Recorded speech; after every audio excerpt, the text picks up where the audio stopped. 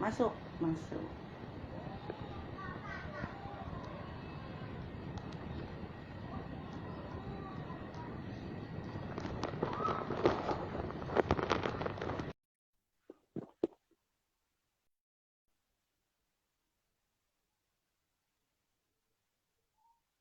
Assalamualaikum. Grup ke IG nih.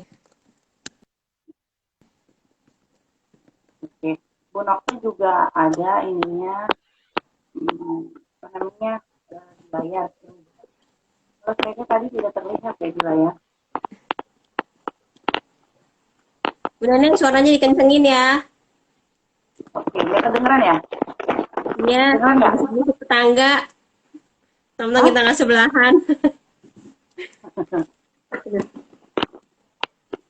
Ya, selamat datang kepada Bunda yang baru bergabung. Mohon maaf nih, mungkin setelah hampir beberapa menit, puluhan menit kayaknya. Katanya sinyal. Mau Ubun atau gimana? Ubun kebetulan habis baru lahiran, jadi mungkin masih penyesuaian karena punya punya anak kedua ya.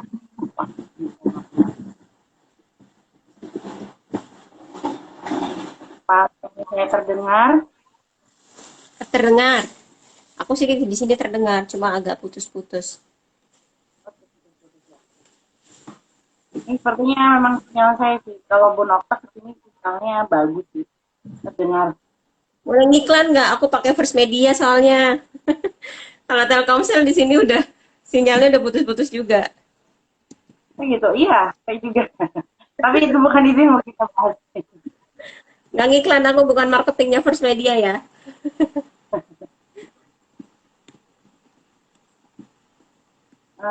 Mau mulai atau gimana? Kita mulai aja ya. Soalnya waktu Ya, udah makin berjalan. Nanti takut keburu azan. ya. Ya.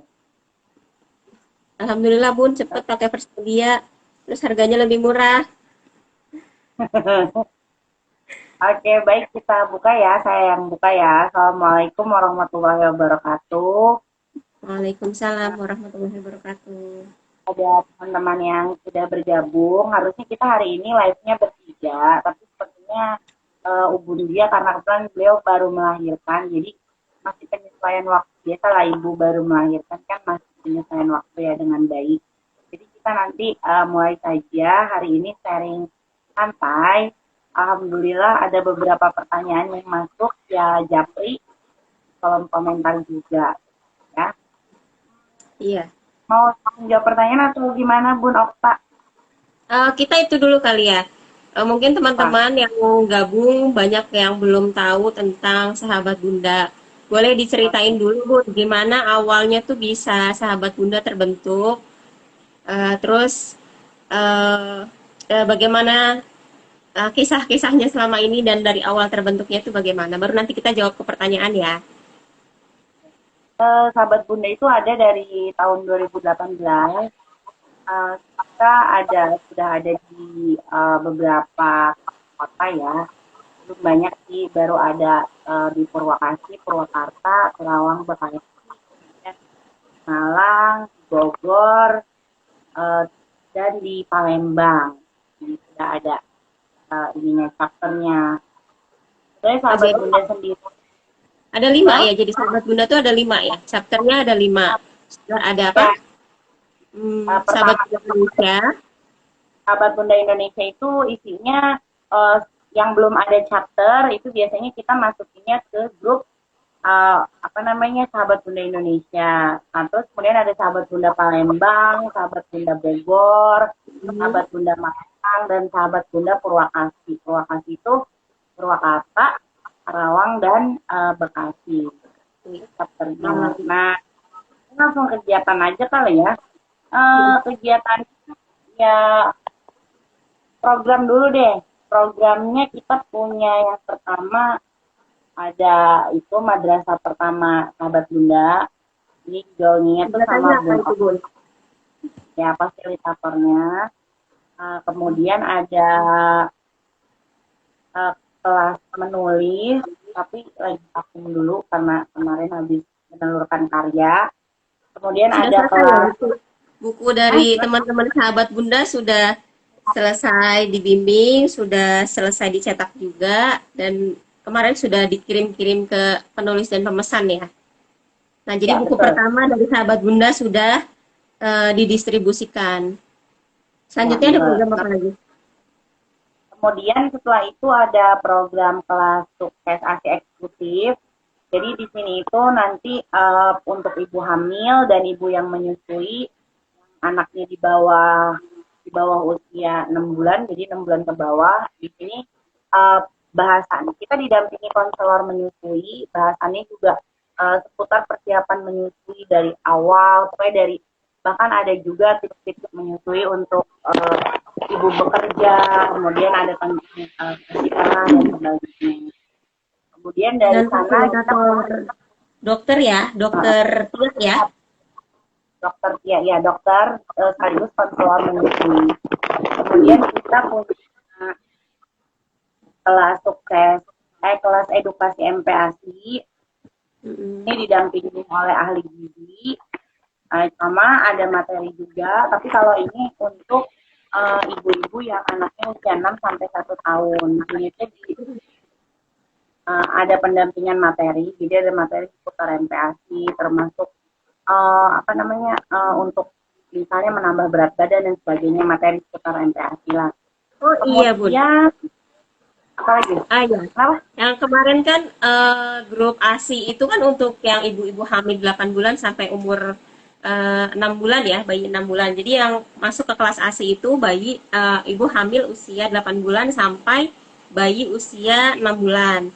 Nah, kemarin-kemarin ini kan materinya tuh setiap bulan kita kasih yang tentang ASI sama dokter Tia tuh, dokter Tia konselor ASI memberikan materi tentang ASI setiap bulannya seperti itu.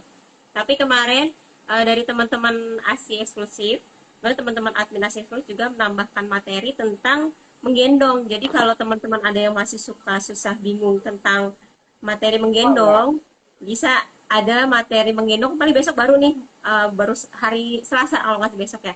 Selasa besok mulai ada materi tentang menggendong. Jadi teman-teman yang newborn baru melahirkan udah nggak bingung lagi untuk cari tema menggendong itu di mana, karena di Sahabat Bunda di kelas ASI eksklusif sudah ada materi itu juga gitu ya.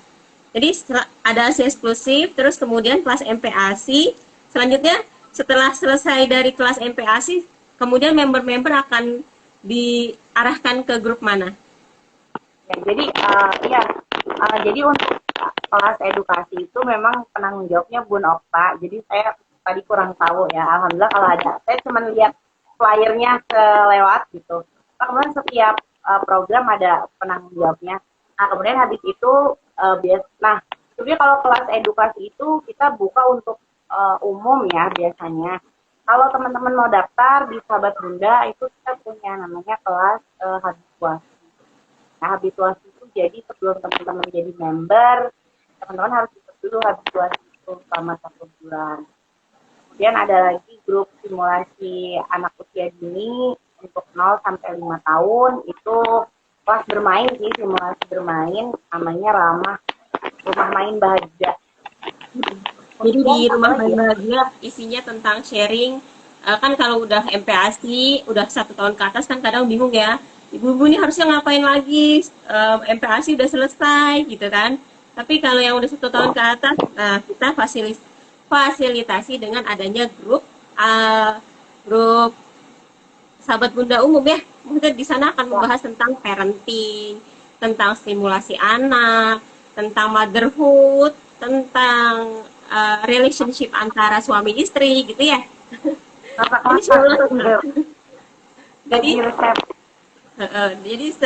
Jadi kalau sudah ada di kelas itu nanti ada kelas khusus lagi yang namanya rumah main bahagia. Nah di situ nanti setiap pekannya akan ada tema untuk stimulasi anak gitu ya. Tapi sebelum para adminnya. Ya kita biasanya kasih pembekalan dulu. Jadi bagaimana untuk membuat rancangan pembelajaran anak-anak, acuannya kemana, kemudian untuk perkembangannya gimana gitu. Kita di awal tuh sebelum masuk ke simulasi kita informasi materi itu dulu sih. Baru kemudian setelah itu baru ke simulasi aktivitas bermain. Ibu-ibu kan kebanyakan kalau main tuh mereka pikirnya main aja, tapi acuannya mana ya? Karena mereka juga bingung bikin main apa gitu. Acuannya kemana? Apa udah sesuai sama untuk menstimulasi tumbuh kembang atau enggak? Nah itu semua ada kita bahas di Rama. Oh iya. Kemarin yang batch 1 juga pasti udah ngerasain ya. Kalau di sana tuh materinya ada tentang acuan, ada yang melalui apa tuh? Ada 3 ya acuannya ya? Ada KPSP, kemudian ada Hmm. STPPA, ada Denver. Ada Denver. Nah itu Denver yang biasanya saya pakai. Terus selain Ya, itu masih belum tahu. Nah alhamdulillah ikut ramah ini saya juga jadi tahu teman-teman saya juga ikut belajar. Karena saya bukan kalau background sarjana pendidikan ya, saya backgroundnya itu eh, kebidanan. Jadi waktu pas kuliah itu belajarnya paling tentang tumbuh kembang sesuai target ya kesehatan yaitu Denver biasanya gitu. Nah itu udah saya tuh sampai usia 2 tahun, setelah 2 tahun ke atas masih udah agak-agak ngeblank biasanya karena udah biasa diserahkan ke DSA atau enggak ke klinik tumbuh kembang. Makanya di sini di ramah ini juga ya kita saling melengkapi ilmu yang nggak tahu kita jadi tahu gitu ya di saling melengkapi lah ya nggak karena semua setiap orang pasti punya kekurangan keterbatasan ilmu keterbatasan waktu untuk belajar juga terutama lanjut kalau Bun. di sahabat ya, kalau di sahabat Bunda karena kita punya nilai 5 dasarnya itu semua murid semua guru, jadi di sahabat Bunda kami nggak merasa kami lagi mengajari mama lain ya, tapi kami merasa bahwa kami belajar bersama, kami bertumbuh dan berkembang bersama. Jadi kita nggak merasa bahwa diri kita lebih tahu atau gimana, tapi kita juga sebetulnya kita yang sedang bertumbuh juga dengan teman-teman member gitu. Bahwa kita juga lagi berkembang keilmuan kita gitu, karena ketika kita berbagi sebenarnya kita tuh lagi mengembangkan keahlian juga di dalam diri kita gitu. Jadi semakin banyak yang dibagi gitu ya, semakin kita tuh ingat terus gitu materi akan yang dibaca ini, berarti matang karena semakin sering dibicarakan, semakin kemudian ada pertanyaan gitu, ada kasus-kasus yang masuk, kita juga sebenarnya jadi belajar sih. Jadi di sini kita bukan mau soal Karena gitu, soal gini ya, kita. kadang kita itu belajar nggak selalu sebagai pelajar, sebagai Ya, pendengar, tapi kita tuh belajar sebagai pendidik. Maksudnya bukan pendidik ya, maksudnya fasilitator lah ya. Jadi maksudnya kita belajar untuk berbagi ke orang dari berbagi itu kita sebenarnya belajar supaya kita tuh betul. lebih ingat lagi gitu tuh. Jadi konsepnya tuh makin matang kalau kita sudah menyampaikan ulang gitu. Makanya ya seperti itu kita juga masih belajar kan kita tuh terbuka kepada semua member misalnya ada yang punya kemampuan yang ingin dibagi kita terbuka untuk siap menerima masukan dari bunda-bunda semuanya. Betul. Ya betul. Jadi itu seperti itu. Apalagi ya program sahabat Bunda, saya lupa. Oh ya, sahabat Bunda itu punya program namanya Pustaka Bercitra. Itu Pustaka programnya Bercitra. itu ya, itu programnya itu bergerak di bidang pembinaan taman baca masyarakat. Jadi kita nyalurin donasi buku, kemudian kita juga membina TBM. Ini yang akan apa namanya Kemarin sudah rilis. berjalan ya. Udah Sudah berjalan. berjalan, udah. Ya ada Instagramnya, teman-teman bisa follow @pustaka bercitra. Karena ada sih kegiatannya, kemudian kegiatan berbagi donasi bukunya dan sebagainya gitu. Ada di Instagramnya. Dia memang program sahabat Bunda untuk peningkatan literasi langsung terjun ke masyarakat. Kemudian yang rencana mau buka gitu ya di sahabat Bunda ini yang dekat itu kelas sharing kecantikan, bukan ini, Oh, sharing tentang skincare. ya Iya. sharing skincare ya ya. Kan karena Jadi kemarin apa namanya apa kita ada habituasi dulu batch 1, jadi sempat ditunda dulu, tapi insya Allah gitu ya, insya Allah nanti akan ada itu program ini akan berjalan ya. cantik ini, ngomongin make up, ngomongin Karena care gitu. fasilitatornya tuh udah banyak di member ya. Udah banyak yang hebat-hebat dan perlu diacungi jempol. Ya betul, member sebetulnya bukan sahabat bunda tuh nggak hebat, tapi karena maksudnya karena membernya hebat, jadi nampaknya hebatnya sahabat bunda nggak ada apa-apanya kalau tanpa member dan sebagainya. Ya, Insya Allah. namanya lagi. Jadi Terima jadi kasih justru kepada kalau member-member semuanya. ya, jadi justru kalau saya tuh ke member, saya jarang bilang bahwa member itu jarang bilang saya tuh founder atau saya tuh pendiri enggak, tapi saya tuh selalu bilang kalau memperkenalkan diri ataupun saya bilangnya pengurus. Kenapa? Karena saya merasa bahwa saya mau sahabat kita tuh bangun bersama, gitu. Kita kembangkan bersama gitu, bukan bukan atas apa namanya, bukan atas hanya keinginan saya aja gitu, tapi semua orang bisa berkontribusi, semua orang bisa akan membangun, semua orang bisa ikutan mengembangkan gitu. Sehingga jadi kalau misalnya nanti misalnya nih gitu kan, ya kan saya nggak ada gitu. Jadi sahabat benar itu tetap berjalan dengan member-member gitu. Saya mau member juga merasa member tuh punya. Jadi sahabat bunda tuh buat saya bukan milik saya sebagai founder, tapi buat saya sahabat bunda adalah milik semua orang yang ada di dalamnya, yaitu pengurus, yaitu member gitu. Makanya uh, ya kita bareng aja ngembanginnya gitu, kita bareng aja ngebesarinnya gitu. Anggaplah sahabat kita ini adalah rumah bertumbuh kita, anak kita gitu ya, kita mau, jadi kita tuh maunya nyaman gitu. Kalau kita mau nyaman, kita gimana enaknya bertumbuh, kita berkembang. Kalau saya Betul. Jadi kita bertumbuh bersama sebisa mungkin, bunda-bunda member yang bersedia berbagi, berbagilah. Fokusnya di bidang apa, berbagilah gitu. Nanti dari situ bunda juga insya Allah berkembang gitu ya. Jadi nggak, kita belajar nggak perlu kita jadi pelajar gitu ya, kita jadi di posisi yang selalu mendengarkan, tapi coba uh, ambil action. Oke, kita lanjut ke mana ya, udah selesai ya kita pengenalan tentang SB ya. udah sih kayak, saya lupa sih apalagi programnya kayak udah cukup deh. Oh cuman ya, yang apa yang aktif di Bunda nggak ada komentar. komentar. Dan kita sama dulu yang udah komen dong. Ini ada Bunda Meliawati, Bunda Eva, Bunda Yohana, Bunda Ana, Bunda Meliawati itu loh nih sahabat Bunda. Iya Bun Okta, aduh Bun Methylene White. Oh iya, pasti putih nih Bun. Ada white-nya. Bunda yang makin glowing katanya. Ya ini efek kamera aja, ini efek kamera jahat.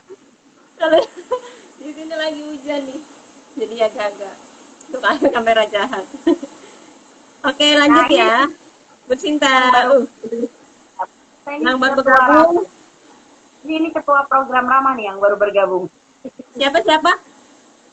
Bun Sinta itu ketua program ramah itu. Oh, oh Bun Sinta, Masya Allah. Ini nih ketua program ramah. Diperkenalkan adalah Bun Sinta Arindi. Keren juga nih stimulasi anaknya kan, sering dibagi. Tadi tuh Bu Johana itu koordinator kelas asik yang baru gabung, yang tadi bergabung itu koordinator kelas asik. Tadi ada pengurus kelas edukasi juga sih yang bergabung. Iya banyak, Masya Allah. Terus Gimana Bu kita lanjut Nokta? ya. Kenapa? Mau langsung atau gimana? Ini boleh langsung nanti biar nggak lama kali nanti dengerinnya teman-teman. Saya buka pertanyaan dulu ya. Pertanyaannya itu yang dari IG dulu ya. Yang dari IG itu pertanyaannya. Ini kalau lagi live nggak bisa buka satunya ya. Bentar. Tadi pertanyaan pertama dari Bun Nurul Ratna. Pola asuh agar anak mempunyai percaya diri dan tidak takut orang asing bagaimana ya? Sekarang kan pandemi, jadi jarang keluar rumah, jarang bertemu dengan orang. Silakan Bun, Ini dari Bunda IG. Neneng dulu mau jawab. Ya Bu Nokta aja kan ini apa namanya anaknya udah gitu. Anaknya udah gede ya. Boleh saya dulu, nanti kalau ada yang kurang boleh dilengkapi ya. Enggak. Jadi ini melatih percaya diri. Kalau dari saya, pertama untuk melatih kepercayaan diri supaya dia berani di depan orang lain. Kadang kan anak suka ada yang penakut ya, apalagi kalau misalnya masih kecil. Anak saya juga sebenarnya masih ya suka penakut gitu tuh ya. Jadi dia ya melihat bahwa orang lain itu kayak asing. Jadi kalau pertama orang lain itu seperti asing ya wajar, berarti dia ada pertahanan diri gitu. Pokoknya satu, kalau anak yang nggak sesuai dengan keinginan kita, kita syukuri dulu ada makna apa di balik itu.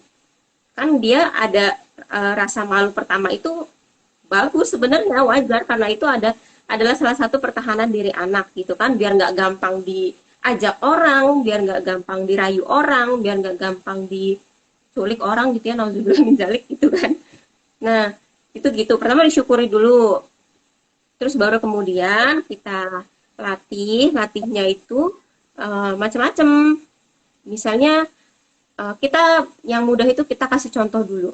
Karena orang tua itu kan, anak itu nggak mudah mengerti apa yang bundanya katakan gitu, yang orang tuanya katakan, yang diocehin sama orang tuanya apa tuh anak-anak tuh nggak mudah mencerna gitu ya. Apalagi kalau udah kata-kata ibunya panjang, panjang kali lebar, itu anak udah blank kayaknya. Tadi kok bunda saya gini, kok dia melotot-melotot gini, kenapa ya gitu kan. Jadi nggak usah panjang-panjang, yang paling simpel itu ya berikan contoh kepada anak. Jadi ibunya juga harus, orang tuanya gitu ya, maksudnya berani.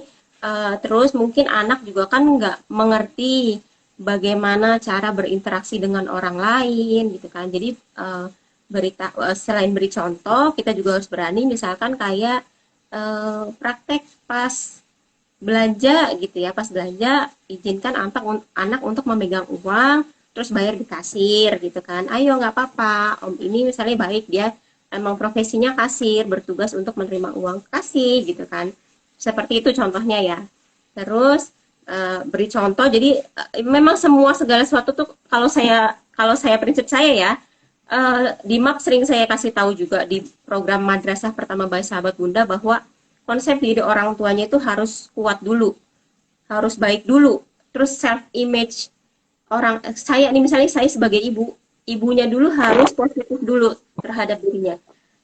Jadi saya bisa mengajar. Jadi saya bisa baru bisa mengajarkan anak, berharap anak juga bisa. Jadi nggak melulu harus anaknya dulu nih menuntut anak bisa, kamu harus berani ini itu, tapi bundanya, orang tuanya nggak melakukan hal itu duluan gitu maksudnya ya. Nah, jadi pertama jangan nuntut anak dulu. Nah, itu kita harus berikan contoh, karena anak nggak bisa dinasehatin dengan kata-kata yang panjang. Mungkin dia nggak akan ngerti, tapi dia akan mudah mencontoh gitu, menyerap apa yang orang tua lakukan. Itu satu, beri contoh. Terus kemudian untuk kadang anak itu nggak berani, nggak pede karena dia minder, atau self image diri anak itu belum terbentuk gitu ya.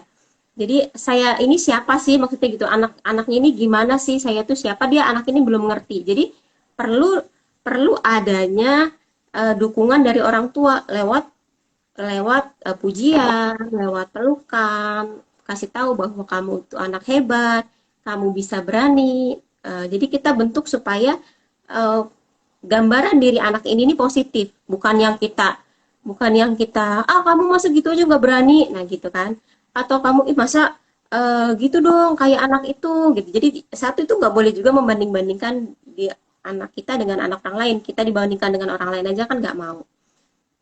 Itu yang kedua ya. Keberapa tuh Bun?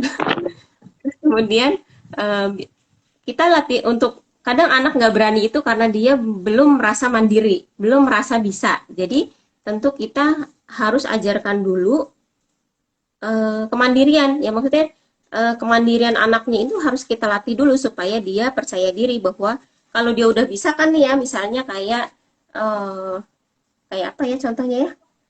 Pokoknya kalau anak itu belum bisa, kadang kan dia akan merasa malu ketika tampil di depan orang gitu kan. Tapi kalau ya kita aja lah ya, kita juga misalnya nih, kita akan malu berhadapan di depan orang kalau kita ngerasa ih saya ini apa ya, saya ini bukan siapa-siapa ya, saya ini nggak bisa ya gitu kan, itu akan minder gitu ya, nggak pede gitu ya.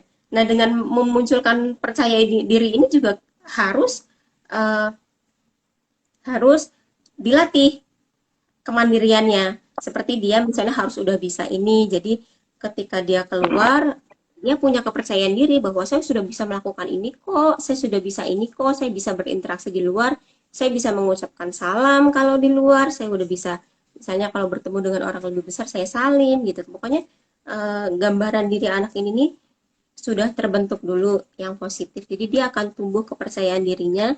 Nah, kita latih kemandiriannya itu. Jadi kalau kemandirian anak ini sudah terlatih, dia sudah merasa percaya diri dengan lingkungan rumah, dengan keluarga, nanti dia ketika keluar rumah dia juga akan nggak akan kesulitan gitu ya, akan mudah percaya diri gitu. Nah, terus kemudian apa ya? Eh, itu latih kemandirian bisa dengan melatih minat dan bakatnya. Dukung apa yang dia mau, ajarkan dia menentukan pilihan, dia maunya apa, dia nggak sukanya apa. Kalau Arsen ini ya 3 tahun dia ini, kalau kakaknya dulu belum, kayaknya saya ingat-ingat belum. Nah ini Arsen 3 tahun dia udah bilang, Bunda Arsen nggak suka ini, Arsen sukanya itu gitu. Nah itu salah satu bentuk bahwa dia sudah mulai belajar menentukan pilihan. Jadi apa pilihan dia kita dukung aja selama nggak melanggar melanggar apa ya. Pokoknya kalau kalau melarang itu saya tuh ada di postingan saya juga ya. 4 hal: tidak merugikan atau melukai diri sendiri, tidak merugikan atau melukai orang lain, tidak melanggar ajaran agama, dan tidak melanggar peraturan negara gitu ya. Pokoknya selain ini ya udah bebaskan aja.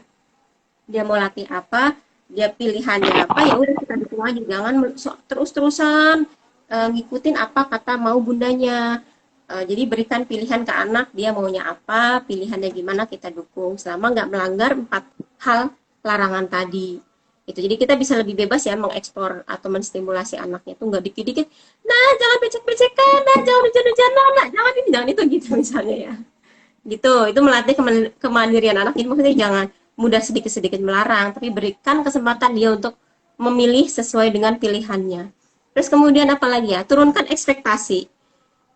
Uh, Kadang ibu-ibu itu namanya melatih, kan kita melatih ya, melatih kepercayaan diri, melatih kemandirian. Namanya melatih itu perlu proses, perlu bertahap. Jadi nikmati proses itu, bersyukur dengan proses itu, jangan langsung saya udah kasih tahu ini Bu, tapi kok anaknya nggak ngerti-ngerti gitu ya. Sabar, namanya proses. Jadi turunkan ekspektasi, jangan jangan melihat kalau anak kecil itu kayak anak dewasa, begitu dikasih tahu langsung berubah gitu ya.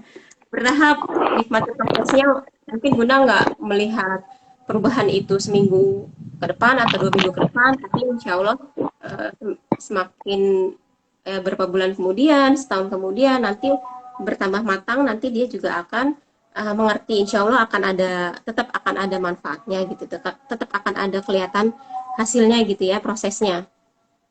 Terus kemudian selain turunkan ekspektasi, yaitu udah ya itu, jangan membandingkan anak kita dengan anak orang lain, terus sabar dalam mendampinginya, supaya anak juga nggak merasa dituntut untuk langsung mengikuti apa maunya Bunda. Gitu. Nah, selanjutnya ada dari Bunda Neneng ada tambahan nggak? Kayaknya udah cukup sih.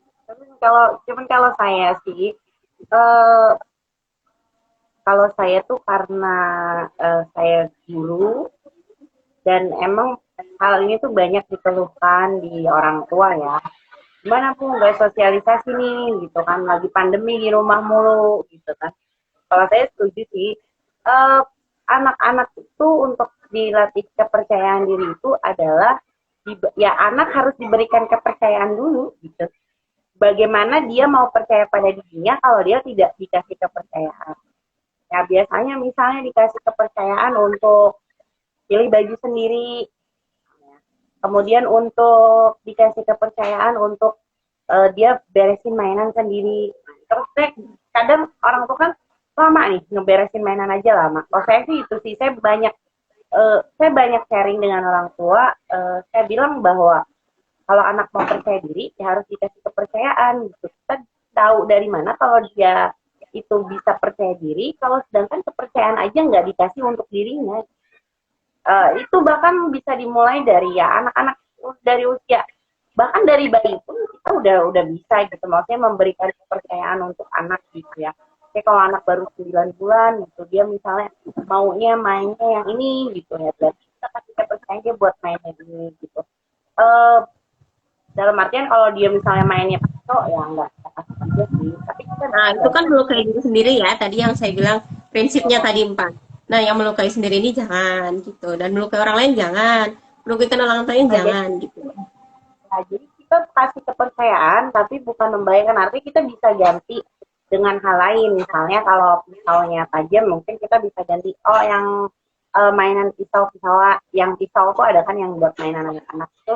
Ya, itu Iya. kalau dari saya sebetulnya semakin anak banyak diberi kepercayaan untuk sendiri, untuk melakukan, untuk memilih, ya anak akan senang. Saya pada bahwa dia merasa bahwa oh saya tuh mampu karena saya diberi. Kalau saya Nah, kalau dari Bunda Okta udah mewakili. Next. lanjut ya. Pertanyaan selanjutnya ya. Eh, Bunda Oktavia Vitasari. Pola pengasuhan seperti apa yang kiranya kakak tidak merasa cemburu, kurang perhatian, karena terbiasa selama ini kakak full sama bundanya. Sementara kalau udah ada adiknya kan waktu kebersamaan kita sedikit berkurang. Nah, silakan. Sekarang tadi udah Bunda Okta, Bunda Okta. Silakan Bunda Neneng dulu. Uh, kalau saya tuh, maksudnya kalau saya berpengalaman karena saya anaknya baru satu ya, jadi saya tidak mengalami sibling ya, saya ada dan adik. Tapi lagi-lagi itu rasa saya tuh karena saya butuh, biasanya kan kalau dalam sesi putus dengan orang tua itu ya saya biasanya ini ya percakapannya mengenai ini gimana Bun, adik kakak jaraknya deket gitu kan, kayak kakaknya masih belajar sama saya, adiknya udah lagi anak lagi. Kalau sebenarnya kalau yang saya lihat gitu ya dari perkembangan seorang kakak, ya kan kakaknya yang sama saya, seorang seorang anak dia memang dia akan selalu peka, dia akan selalu punya rasa cemburu. Nah, biasanya karena saya pengalaman ngajar ngobrol dengan orang tua ya. Kalau Bun Okta nanti dia akan pengalaman treatmentnya di rumah karena dia anak sudah dua ya. Biasanya kalau saya tuh pernah bukan melihat ya. Saya pernah dapat kasus. Jadi anaknya ini karena ibunya baru melahirkan, si anaknya ini di sekolah turun deh, yang tadinya udah bisa turun semua tuh, yang tadinya udah bisa menghitung tiba-tiba jadi nggak bisa dan sebagainya. Nah itu Kenapa itu Bun? Kenapa? ya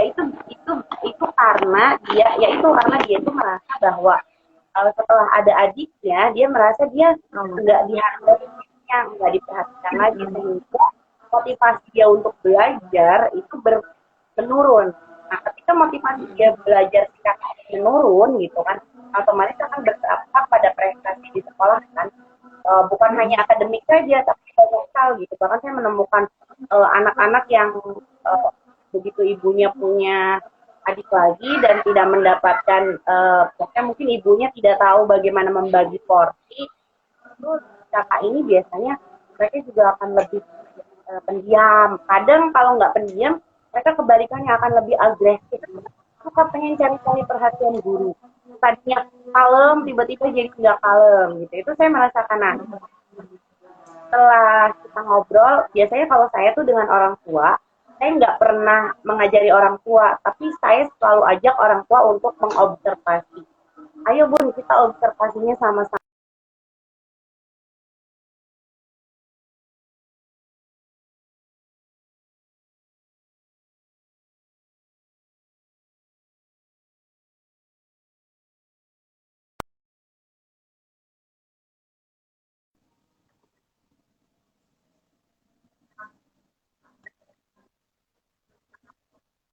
Kejadian saya persoalan kakak tadi, itu biasanya kita menemukan benang merah yang sama. Pertama ini yang mungkin teorinya banyak udah dibagikan, tapi betul bahwa ketika melahirkan ya biasanya kan kita bawa kado untuk adik ya yang baru lahir. Nah sebetulnya di situ aja kakak tuh udah cemburu. Nah jadi kalau misalnya adiknya lahir, usahakanlah kakaknya, adiknya mah nggak ngerti, nggak dikadoin juga nggak ngerti gitu kan. Itu kan banyak ya teorinya udah. Dan tapi saya merasakan sendiri itu betul berdampak.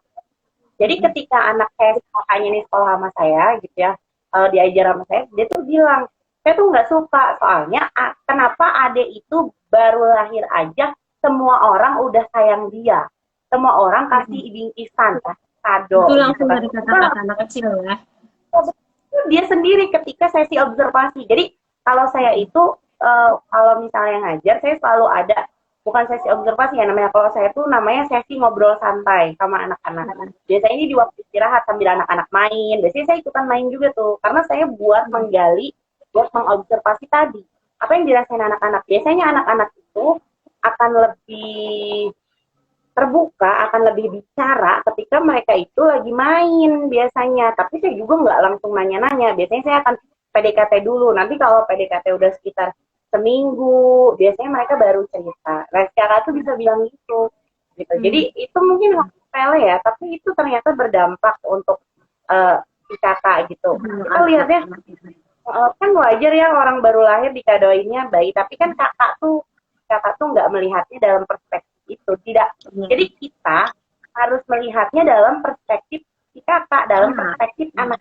Betul, kita akan lihat kan kita nampaknya kekanak-kanakan banget sih, cuma adanya dikadoin aja iri gitu kan. Kalau kita yang dewasa gitu kan, tapi itu pola pikir kita sebagai orang tua yang memposisikan kita sebagai anak-anak, sebagai kakak, itu yang penting banget, sehingga kita lebih peka sama perasaan si kakak. Nah, terus kayak misalnya biasanya tuh kakak cemburu karena kan biasanya kalau awal-awal kan nyusuin kayak gitu ya. Nah itu sebetulnya kakak tuh pasti tuh sangat-sangat cemburu. Kenapa kok ada digendong terus, kok ada di dekat terus gitu kan? Saya kan ngajar, saya tuh ngajar nggak anak-anak dewasa ya. Saya jarang, saya ngajarnya biasanya tingkatan PAUD sampai SD banyaknya. SMP saya paling ini SMP remaja ya, tapi saya banyaknya ngajar di PAUD. Nah biasanya saya menemukan kasus gitu dari sisi kakak ya gitu, dari sisi kakak. Jadi ya itu sebisa mungkin ibu tuh selalu berpikiran adiknya itu kan, jadi kita kan kebalik berpikirnya, oh adiknya masih kecil, adiknya masih butuh perhatian. No, jadi kita harus mikirnya itu bahwa adik kan masih kecil, dia sebetulnya nggak ngerti gitu, yang lebih ngerti, yang lebih peka perasaan itu kan si kakak. Yaitu jadi sebetulnya kalau bisa didahulukan ya si kakak dulu. Kalau tugas misalnya si adik nih, nanganin si adik nih bisa didelegasikan, misalnya kayak adik tuh ganti popok gitu, bisa sama ayahnya, ya ayahnya lah yang ganti popok gitu, ibunya sama saya gitu.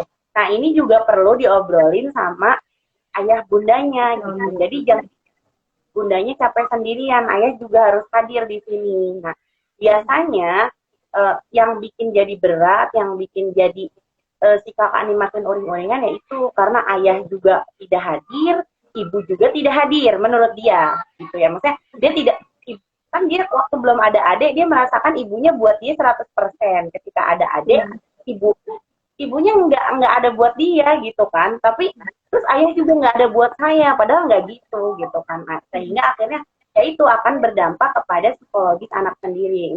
Ini saya bicara faktanya di lapangan ya.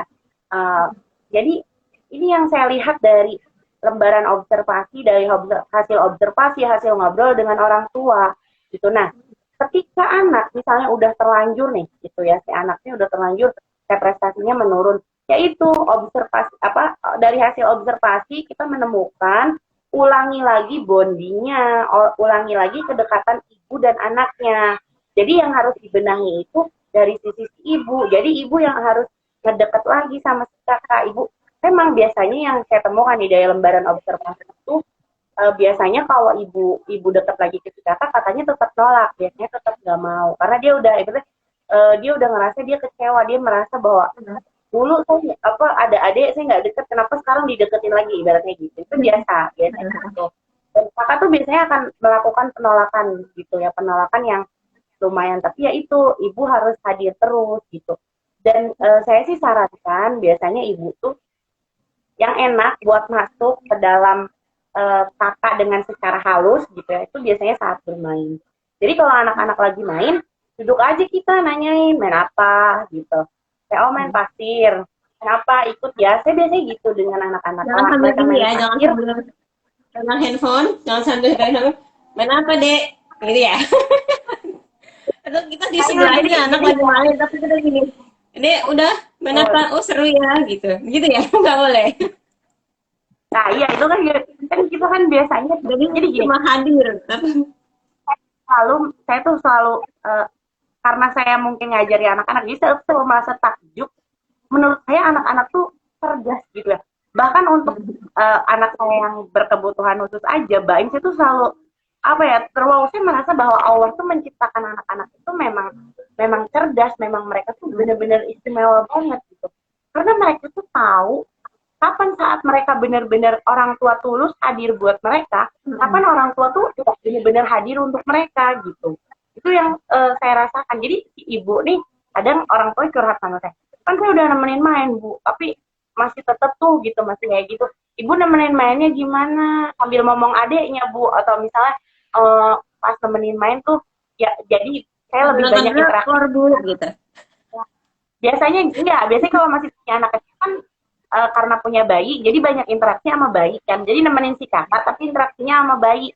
Nah itu yang sebetulnya yang kakak tuh ngerasa, lu ngapain juga gitu di sini gitu kan. Kalau sama adik mulu gitu. Jadi kalau kita Itu aja kalau dicuekin suami megang handphone terus, itu aja udah kesel ya. makanya kalau misalnya kita kan misalnya nggak ada ART gitu, yang nggak ada yang bantuin ngasuh. Betul, kita ajak adik gitu ya, nemenin kakak main, tapi interaksi kita ya interaksinya sama kakak gitu. Jangan justru sama adiknya. Betul. Ya, jadi terus-terusan. sebetulnya cara masuk yang smooth banget gitu untuk bisa baikan lagi lah istilahnya sama si kakak gitu. Nah, ini tuh penting harus diobrolin sama suami dari sebelum adik ini lahir. Betul, harus, karena awal-awal itu kecemburuan itu sangat kuat di awal-awal kelahiran, karena kan ibu juga menyusuin masih sering ya kan, terus ibu juga masih sebetulnya adaptasi sama kondisi tubuh, pasti banyak istirahat, jangankan mau ngurusin kakak, nah ini harus kerja sama banget sama ayah atau sama anggota keluarga lain yang ada di rumah yang bantuin. Nah, orang tua ini harus banget nih, jadi ini harus banget kita nggak bisa sebetulnya sendirian, kita harus ada orang yang yang bantuin handle juga, karena kita juga masih pemulihan. Kemudian biasanya anak bayi kan masih minum susunya aslinya masih eksklusif, masih 3 jam sekali harus menyusui. Biasanya yang saya temuin dari kecil observasi. Maka mungkin Bun Okta kalau treatment di rumah, ini kan secara pengalaman ya, by doing. Kalau saya hanya melihat dari observasi obrolan saya dengan orang tua yang anaknya jaraknya dekat-dekat. Wali murid ya. Kalau dari saya, kakak ini kan waktu pas Arsen lahir itu usia 4 tahun. Jadi jaraknya 4 tahun ya, dan itu dia udah mau ya bisa ngomong. Cuma gitu kan, kadang anak itu dia tuh pinter gitu, bisa merasakan apa respon yang dia dapat dari orang lain tuh pinter. Cuma kadang dia nggak bisa menyampaikan yang saya rasa nih apa sih gitu kan. Saya tuh lagi cemburu loh gitu. Tapi ya itu saya dari waktu pas hamil, maksudnya itu udah saya sudah obrolkan dengan suami bahwa nanti saya juga akan belajar adanya baby blues gitu ya. Ya nanti sekitar hamil trimester 3, 9 bulan, 8 bulan itu nanti hormonku tuh udah mulai gak stabil loh kalau berdasarkan teori. Nanti kalau aku suka marah-marah atau aku baper-baper, tolong ngertiin gitu kan. Kalau aku capek, tolong bantuin. Aku udah nggak bisa naik turun tangga buat jemur atau ngapain. Aku butuh ada yang bantuin buat asisten gitu, maksudnya yang bantuin. Iya, nanti kalau lahir nanti ada gini loh ya, ada yang namanya baby blues gitu kan. Terus aku tuh biasanya kurang istirahat. Terus nanti juga suami. Nah itu, tolong bantuin si kakak ini temenin main. Terus kadang aku sampaikan, kadang boro-boro mau ngurusin, namanya kakak ya, namanya anak pertama, boro-boro diurusin, kadang ngurusin badan kita sendiri aja, kita mau makan, saya nih ya, saya mau makan aja nggak bisa kan. Bayi itu nempel terus di sebelah kanan, kiri udah tinggal kanan, kanan udah lama banget, kalau dilepas bangun kan gitu, kalau lagi menyusui itu, dilepas bangun otomatis tangan buat makan itu nggak bisa. Ya jadi gitu, minta tolong kalau nggak bisa, boro-boro masak ya makan sendiri aja susah, tuh yang saya rasain sih. Jadi minta tolong untuk kayak beres-beres rumah sih, kayak makanan sampai nyuapin juga kadang itu juga dirasakan gitu ya. Dan untuk si Ya, kakak itu tadi udah minta tolong kerjasama dengan ayahnya, bahwa ayahnya suruh bantu temani bermain. Terus kita ya, sebagai ibu juga bilang gitu ke kakaknya sebelum lahiran, itu kan maksudnya udah dari waktu pas kandungan juga bilang bahwa nantinya ada adik. Adik ini nanti akan lahir, akan menyusui sama bunda, kebanyakan akan sama bunda. Nanti eh, paling sama kakak, kalau bunda lagi nyusui, nanti kakak mainnya sama ayah ya, gitu. Nanti kalau sudah menyusui, nanti bunda balik lagi sama kakak, gitu kan. Terus ya. adik ini masih belum bisa apa-apa, Kak. Cuma bisa menyusu aja, tidur. Dia belum bisa berjalan, belum bisa mengurusi dirinya sendiri, belum bisa ambil minum sendiri gitu ya. Jadi harus kita yang bantu. Nanti sekitar 1 tahun kalau adik udah bisa jalan, nanti bisa kamu ajak main gitu kan. Kayak gitu-gitu. Terus kalau ya, memungkinkan dia jika memungkinkan untuk kakak untuk sama-sama ngasuh adik gitu ya, itu nggak apa-apa, diajak juga boleh. Ini kak kasih tahu bahwa adiknya nih seperti ini, dia tuh masih belum berdaya nih begini, kita bantu yuk gitu, sama-sama misalnya tolong ambilin popok, nanti bunda yang gantiin gitu. Pokoknya banyak interaksi. Terus nanti kalau ya itu temen, jangan lupa setelah sama bayi juga curahkan kasih sayang kita sama anak, kita temenin kakaknya bermain. Terus kalau misalnya emang nggak, biasanya nggak memungkinkan gitu ya bermain, ya udah nanti ngobrol ngobrol, kalau misalnya lagi sempat pas mau tidur gitu, ngobrolin waktu pas mau tidur. Sering-sering bilang sayang, sering-sering peluk, insya Allah walaupun banyak apa eh, kebiasaan yang berbeda-beda, tapi insya Allah rasa sayang bunda ini nggak akan berkurang. Mungkin yang akan berubah adalah kebiasaan kita, tapi kebiasaan kita, maksudnya kebiasaan saya sama kakak nih jadi berkurang ke adik gitu kan. Kebiasaan kita mungkin akan berubah, tapi kasih sayang bunda sama kakak nggak akan berubah gitu kan. Bunda tetap sayang sama kakak, ayah tetap sayang sama kakak. Sering itu, sering bilang sayang, sering peluk. Kalau mau tidur gitu, kalau nggak diajak ngobrol pas main, bisa diajak ngobrol waktu pas mau tidur, di dipeluk-peluk, dipijit-pijit gitu ya, supaya dia tuh merasakan bahwa kita tuh sayang sama kakak gitu. Jadi seperti itu. Ada lagi? Udah Eh, ya? Itu lanjut ya. Kemana nih Bun? ya, ini ada masuk pertanyaan dulu ya, ini sebelum saya tutup. Ini ada tentang bagaimana cara mengatasi balita yang tantrum kalau gadget itu diambil. Barangkali ini mungkin udah kecanduan ya, udah kecanduan maksudnya.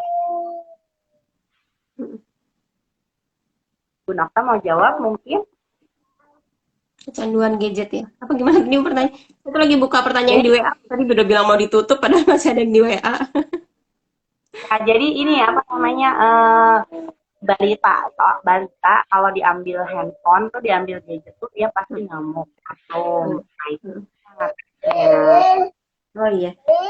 Untuk anak-anak di bawah 5 tahun sih saran saya ya, eh, eh, pasti dia akan ngamuk gitu ya, akan tantrum gitu tuh.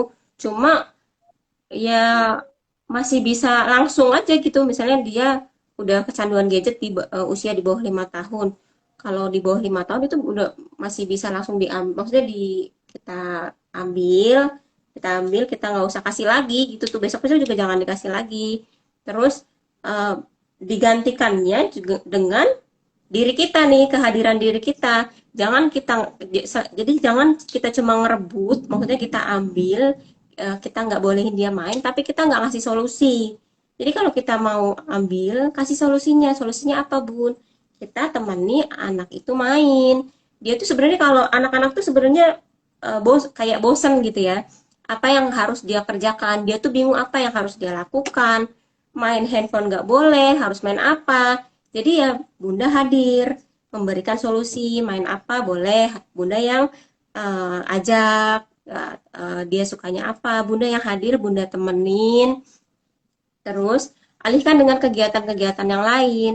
Nanti kalau sudah berjalan beberapa lama, biasanya kan gitu, dia akan tantrum, akan nggak biasa sekitar 1 mingguan. Itu yang saya alami sih, soalnya waktu itu saya juga belum tahu ya di tentang dunia parenting gitu, tentang gadget itu saya dulu nih waktu yang kakak umur 2,5 tahun. Jadi saya kan saya pikir saya lihat pasien-pasien itu anak-anak TK gitu ya udah megang iPad sendiri, udah pinter bahasa Inggris, udah scroll sendiri. Ih kata saya, dalam hati saya gitu ya, ih hebat banget nih anaknya gitu kan, canggih banget nih, pinter banget nih gitu kan. Udah megang iPad, udah ngerti bahasa Inggris, udah lancar gitu. Kayak saya pikir itu megang handphone itu suatu kebanggaan gitu ya. Padahal setelah tahu handphone itu kan eh, kayak bagaikan pisau bermata dua ya. Kalau kita gunakan dengan kalau kita nggak kontrol, itu bisa jadi hal-hal yang negatif gitu kan. Bisa dari iklan-iklan yang mengandung porno, eh, banyak yang terbuka, entah chat orang dewasa yang pedofil gitu ya. Terus dan macam-macam dan akhirnya bikin nggak fokus belajar dan macam-macam. Nah, kalau kalau pisau yang satunya bisa jadi positif, ya bisa, tapi dengan porsi-porsi tersendiri. Jadi setelah tahu banyak kekurangannya, dampaknya macam-macam, speech delay gitu kan, tantrum, terus ya itu kan tantrum, speech delay, bisa sosialisasinya juga nggak bisa gitu ya, kurang kurang bisa sosialisasi dengan orang lain, mungkin juga perkembangannya nggak, maksudnya nggak berkembang, perkembangannya gimana sih, nggak berkembang sesuai usianya karena dia lebih asik dengan layar gitu kan, nggak distimulasi secara fisik secara langsung. Begitu lo tahu dampaknya banyak banget, ya udah kalau usia di bawah 5 tahun kita tuh masih bisa langsung ambil, paling dia itu akan tantrum ngamuk-ngamuk sekitar 1 mingguan, tapi itu lebih baik daripada dia tantrum nanti 6 tahun ke atas, SMP, SMA, yang saya rasakan, yang saya lihat sendiri ya, eh, eh, tetangga saya itu anaknya SMP, dia kalau udah kecanduan gadget dia tidur jam 2 malam, jam 3 malam, bangunnya akhirnya kalau tidur malam bangunnya siang. Siang, kalau bangunnya siang nanti yang marah-marah siapa bundanya. Padahal yang memberikan handphone siapa? Bundanya, orang tuanya. Tapi yang dimarahin tetap nanti anaknya gitu kan. Padahal yang memberikan orang tuanya, yang memfasilitasi orang tuanya. Nanti kalau yang udah berdampak buruk, yang marah-marah orang tuanya juga gitu kan. Jadi segera ambil tindakan, segera mumpung masih kecil, mumpung di bawah 5 tahun, ambil aja, kita batasi. Jangan, kalau bisa kita mau kita terapi gitu ya. Kalau bisa kita mau lihat handphone kita umpetin. Nanti kalau udah terantumnya hilang, kita udah bisa mengubah kebiasaannya dengan bermain. Misalnya kita ganti dengan aktivitas bermain, aktivitas stimulasi, ibunya hadir. Dia kan pasti bilang, oh iya seru. Kenapa sih anak-anak tuh senang sama gadget? Karena uh, handphone itu kan responsif ya. Ditoel dikit berubah, ditoel dikit senyum gitu kan, ditoel dikit halo gitu gitu kan, seru gitu handphone. Jadi sebisa mungkin orang tuanya itu harus lebih seru dari handphonenya gitu, harus lebih responsif daripada handphonenya gitu.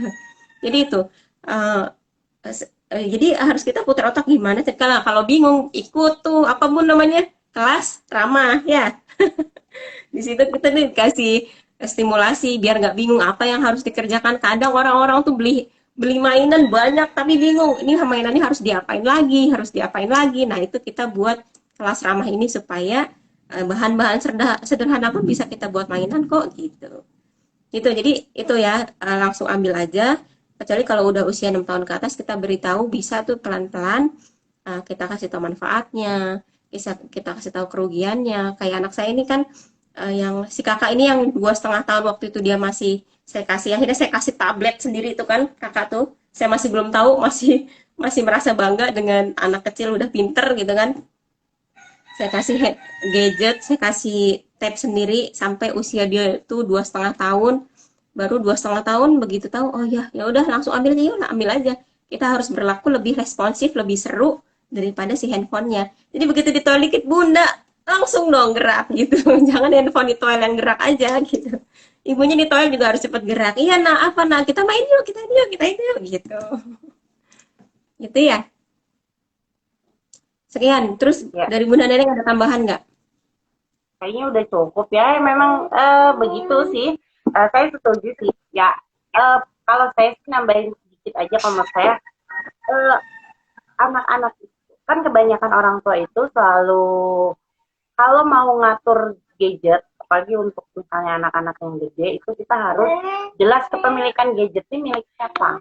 Milik orang tua apa milik anak. Kalau milik orang tua, ya berarti anak nggak bisa sembarangan pakai. Nah ini orang tua juga harus belajar begitu, nggak sembarangan barang milik anak itu digunakan. Jadi supaya anak juga, nah kan biasanya kalau udah usia-usia tadi, kalau di usia di balita mungkin begitu tantrum karena gadgetnya itu, ya kita bisa alihkan si anaknya itu ya untuk misalnya yuk main yang lain. Tapi kalau bener kalau kata Bun Okta kalau di atas 5 tahun tuh susah gitu ya. Jadi kalau misalnya untuk misalnya nanti teman-temannya ada kasus udah besar anaknya gitu ya, udah usia sekolah dasar aja gitu ya, itu udah susah. Nah itu harus jelas kepemilikan handphone itu siapa, milik siapa. Kan sekarang nih, ini saya dapat curhatan nih ya dari guru dari orang tua tuh gini, Bu ini kita sekolah daring, anak-anak saya tuh jadinya tuh main gadget mulu katanya. Saya bilang gini, kan yang SD SD juga kan sekarang sekolahnya daring ya, yang usia Iya. SD mereka gadget. Saya bilang gadget itu milik siapa? Gadget itu milik mereka apa milik orang tua? Kalau itu milik orang tua, artinya pengaturan gadgetnya ada di siapa? Ada di orang tua. Berarti orang, jadi anak itu hanya pinjam. Nah, harus dijelaskan hanya pinjam.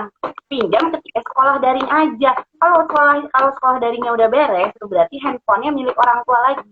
Kebanyakan orang tua nggak gitu. HP dia dipakai daring, akhirnya orang tua ngalah.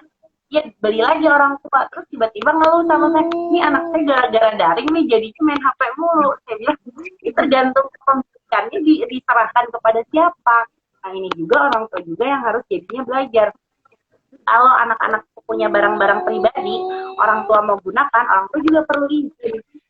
Jadi kan ini sebetulnya jadi menghargai kepemilikan anak ya, menghargai diri anak.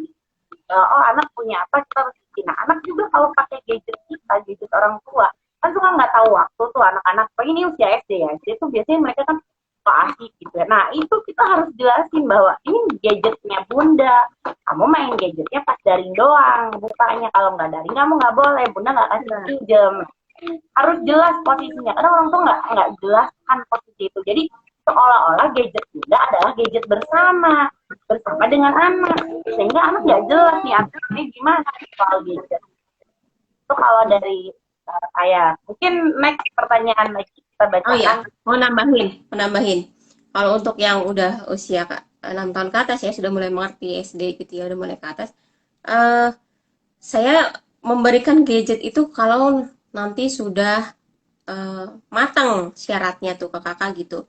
Nanti kalau kamu sudah matang, sudah bisa mengerti mana yang baik, mana yang buruk, baru akan Bunda berikan handphone. Jadi syaratnya handphone juga nanti kan kalau udah besar itu, kalau udah SMP itu kan sekitar itu kan udah mulai balik ya. Jadi nanti itu untuk melatih melatih kemandiriannya juga naik bertahap lagi. Jadi tentang keuangan pun juga dibuat mandiri. Jadi nanti rencananya saya juga kalau pas nanti mau memberikan gadget pribadi, saya memberikan syarat itu. Kakak harus tahu mana yang kakak harus sudah matang, mana yang baik dan mana yang buruk, mana yang benar, mana yang salah, mana yang bisa, yang harusnya kamu tonton dan mana yang nggak boleh kamu tonton, gitu ya. Terus syaratnya harus 90% 10%. Ini ada Kakak mau pertanyaan, beli katanya handphone dikatakan apa? matang berapa tahun nih katanya? Dikatakan matang berapa tahun? Dikatakan matang berapa tahun? Dikatakan matang itu, jadi kalau yang kan Bun Raisa kan ikut MAP ya. Nah, di MAP itu kan saya bilang nih ada